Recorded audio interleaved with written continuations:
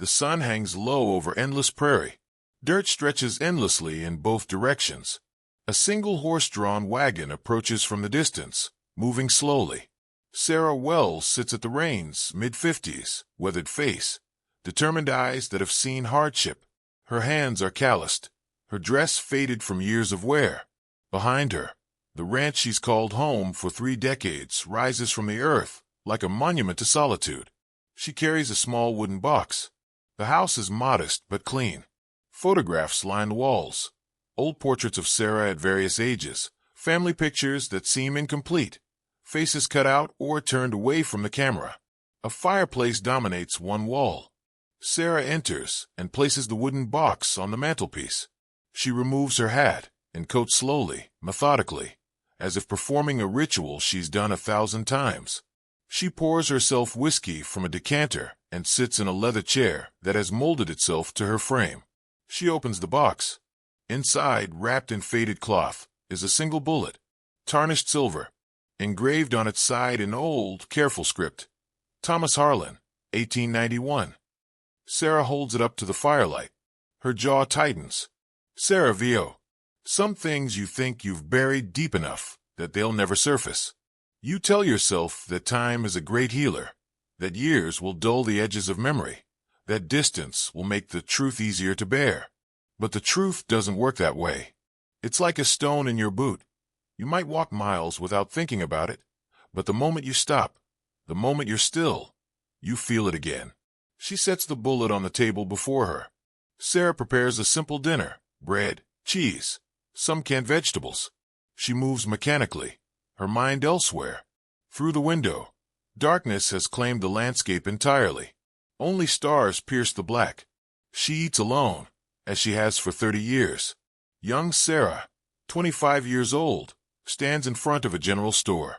She's beautiful in an unadorned way.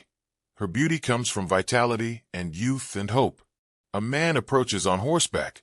Thomas Harlan, 30s, handsome in the rough way of frontier men, dismounts with easy grace. His smile could charm whiskey from a stone. Young Thomas. Sarah Wells. I was hoping I'd see you in town today. Young Sarah, smiling despite herself. Thomas Harlan. Don't you have cattle to tend? Young Thomas. Cattle can wait. A man's got priorities. He takes her hand. The touch sends electricity through her. Thomas and young Sarah sit on a blanket spread beside a river. The sky bleeds orange and purple. He holds her close. Young Thomas. Marry me, Sarah. Say you'll marry me. Young Sarah. Hesitant. Your family. Young Thomas. I don't care what they say. I care what you say. Young Sarah. Quietly. Yes. He kisses her. The world seems to pause. A wedding. Sarah in white. Thomas in a suit that doesn't quite fit him. The church is full. His family occupies entire pews, cold-faced, stern-looking people who seem to emanate disapproval, like heat from a stove. His mother, Helena Harlan, 60s, watches with eyes like flint. Much grander than Sarah's childhood home. Expensive furniture. Paintings on the walls. Sarah moves through the rooms like a ghost. Helena watches her from a doorway. Helena.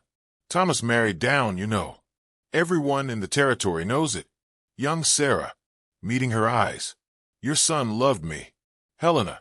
Love is a luxury the Harlans don't indulge in. We marry for position, for land, for legacy. My son was a fool. Thomas and Sarah lie in bed. The moonlight through the window illuminates his face as he sleeps. Sarah watches him, her expression unreadable. Thomas's father, William Harlan, 65, sits at the head of a long table. Thomas sits across from Sarah. Helena sits to the side, knitting with sharp, aggressive motions. William. I'm concerned about the direction of the ranch. Thomas. We need to discuss expansion. Thomas. Father, Sarah and I were discussing building a house. Something smaller, on the eastern property. William. Your wife will live where the family lives. We don't splinter. We don't divide our holdings. Sarah says nothing. She cuts her meat with precise movements. Helena. I've been reviewing the household accounts. There have been irregularities. Young Sarah. Calmly. I've accounted for every penny. The records are available for your inspection. Helena. I'm sure they are. Still, a woman from your background might not understand the expectations of a house like this. Thomas reaches over and squeezes Sarah's hand. A gesture of apology. Sarah walks through the corridor alone. Portraits of Harlan ancestors stare down at her from the walls. Their eyes follow her. She pauses before a portrait of Helena as a young woman. Sarah Vio. I understood, even then, that I would never belong.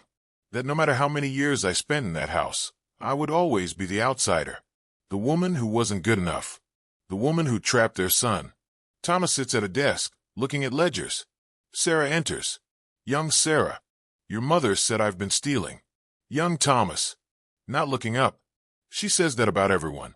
Young Sarah. You defended me. Young Thomas. Of course I did. He finally looks at her. Young Thomas, so indeed. I'm sorry, Sarah. I didn't realize it would be like this. Young Sarah. I did. The truth of it hangs between them. Young Sarah, so indeed. I knew your family wouldn't accept me. I thought it didn't matter because I had you. But I was wrong. Love isn't enough when there's this much poison. Young Thomas. Don't say that. Young Sarah. Why not? It's true. We could leave. We could go somewhere else. Start fresh. Thomas stands and takes her hands. Young Thomas. This is my legacy, Sarah. This land, this ranch. It's who I am. Young Sarah. Then I was never your legacy, was I? I was just an interruption. Sarah lies awake while Thomas sleeps beside her. Hours pass. The darkness is absolute. Her face shows the weight of a decision being made. Sarah moves through the kitchen with a candle. Helena sits at the table, already dressed, as if she's been waiting. Helena. Leaving. Young Sarah. Yes. Helena. Good. I was beginning to think you didn't have any sense. Sarah doesn't respond. She sets down a letter on the table. Helena, indeed. He won't come after you. Whatever romantic notions you have. Thomas is a Harlan. The ranch means everything. Young Sarah. I know. In the dim candlelight, Helena's face softens almost imperceptibly. Helena. I didn't treat you well. Young Sarah. No. You didn't. Helena. It wasn't personal. It was protection. This life breaks people, Sarah. Especially the gentle ones. I thought if I was cruel enough, if I rejected you thoroughly enough, you might leave before it was too late, before this place destroyed you. Young Sarah. I'm leaving anyway. Helena. I know. That's why I wanted you to go. Sarah takes the bullet from her pocket. It's shiny then, newly made. Young Sarah. What is this? Helena. A reminder. For when you forget. For when you start to wonder if you made the right choice. You made the right choice. Young Sarah. How did you? Helena. I had it made. Years ago. I had it engraved with his name. I was waiting for you to be ready to leave. I wanted you to have something that said, he made his choice. You made yours. Sarah takes the bullet. It's warm from Helena's hand. Helena, indeed. Go now. Before Thomas wakes. Before he tries to convince you to stay. Before you convince yourself. Sarah holds the bullet again, decades later. The firelight flickers across her face. She's crying silently. Sarah Vio. I left that morning.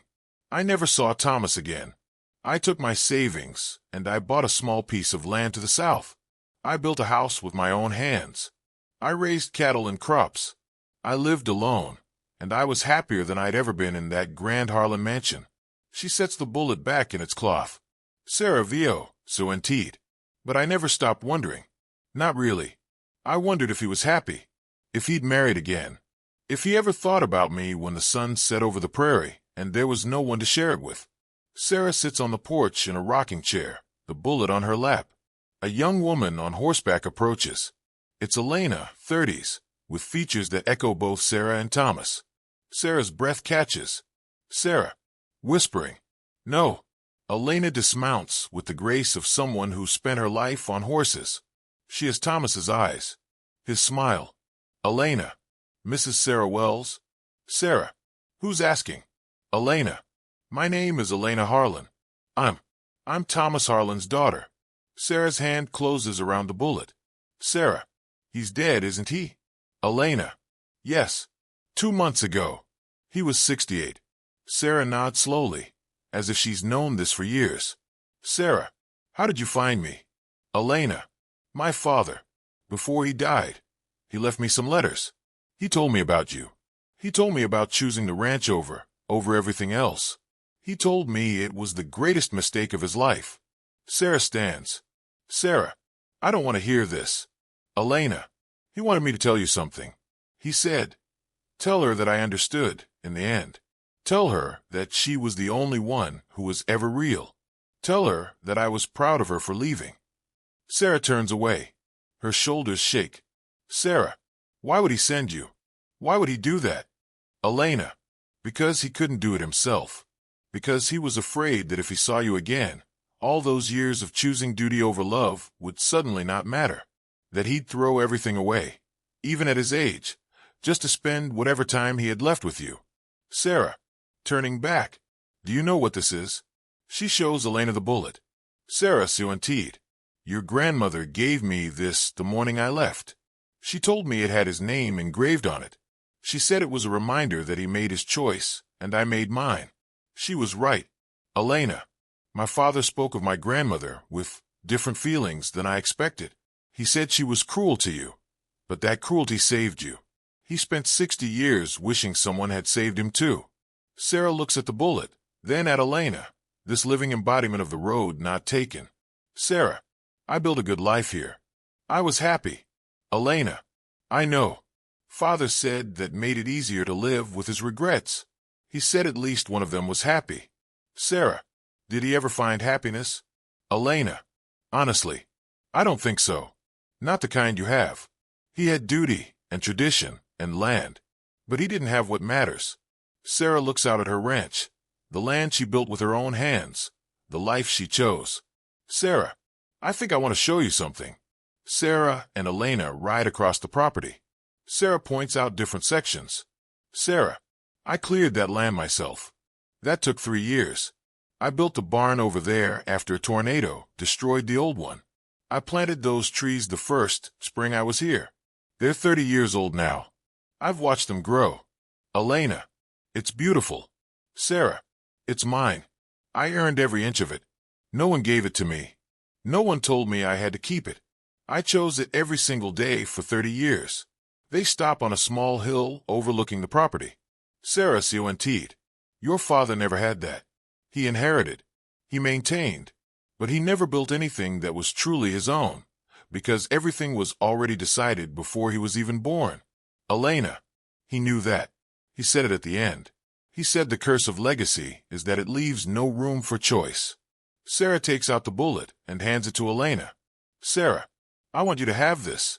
Not as a reminder of him, but as a reminder that sometimes the greatest act of love is knowing when to leave. Elena, taking it. He did come after you. Once. Did you know that? Sarah, no. Elena, it was years later. He rode down here. He sat outside your property and just looked. He didn't approach. He just looked. Then he turned around and went back home. He never told anyone but my mother. She told me on her deathbed. Sarah's eyes close. Sarah, why would he do that?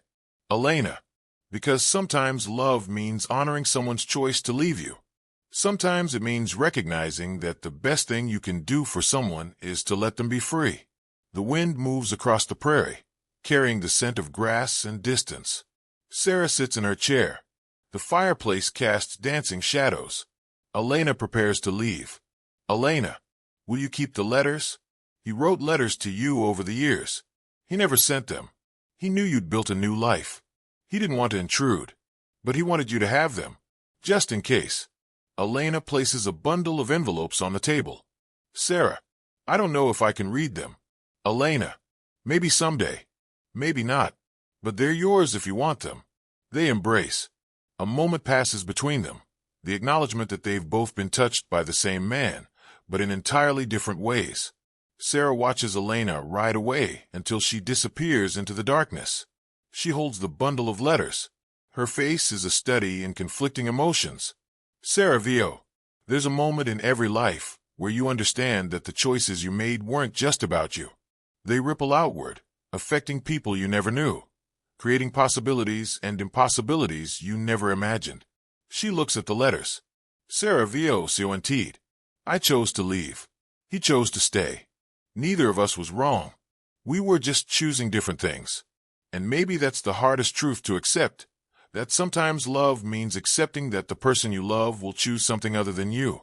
She opens the first letter. Thomas's handwriting. She reads silently, tears streaming down her face. Sarah Vio Siontid. But knowing that he thought of me, knowing that he understood what I needed, knowing that he was proud of my choice, even though it meant losing me. That's everything. Sarah still sits in the same chair. The letters are spread before her. She's read them all. The fire has burned low.